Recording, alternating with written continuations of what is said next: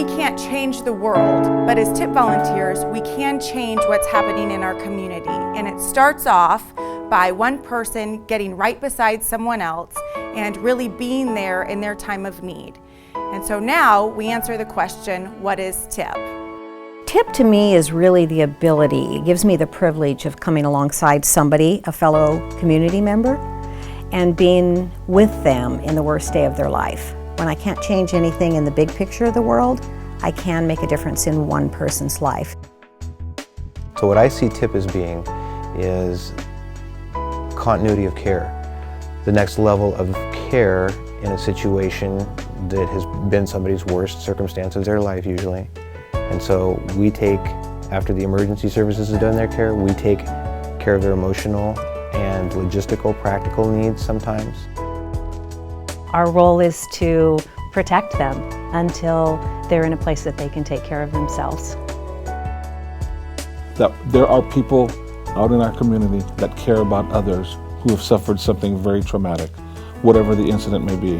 That there are people that will actually go out and volunteer to be with other people, with strangers. We go and provide emotional first aid. What is emotional first aid? A lot of people will ask me, and it's just being there with people. People who are experiencing probably the worst few hours of their life because they've just lost a loved one. We're helping so many people in such hard times, and I think in today's world, as a community and as a society, we are hurting emotionally and mentally, and so just being able to be there for people when they most need it is what keeps me passionate.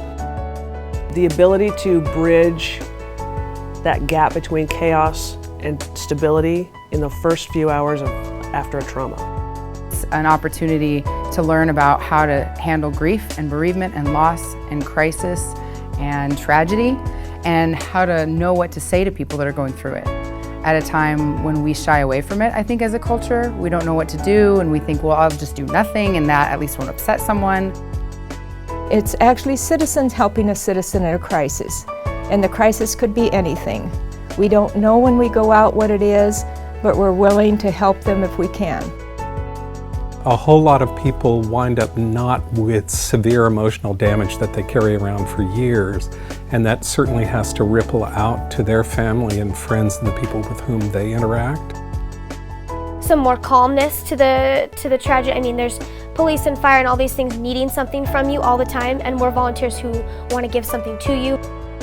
Talk to people and try to get them focused away from anxiety and fear that they're having at that moment, and being a liaison between them and the fire or the police departments in explaining on what's going on.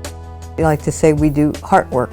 We're with people when their heart's hurting at a time when they have a death or a crisis, and we're there and giving from our heart to help them at that time.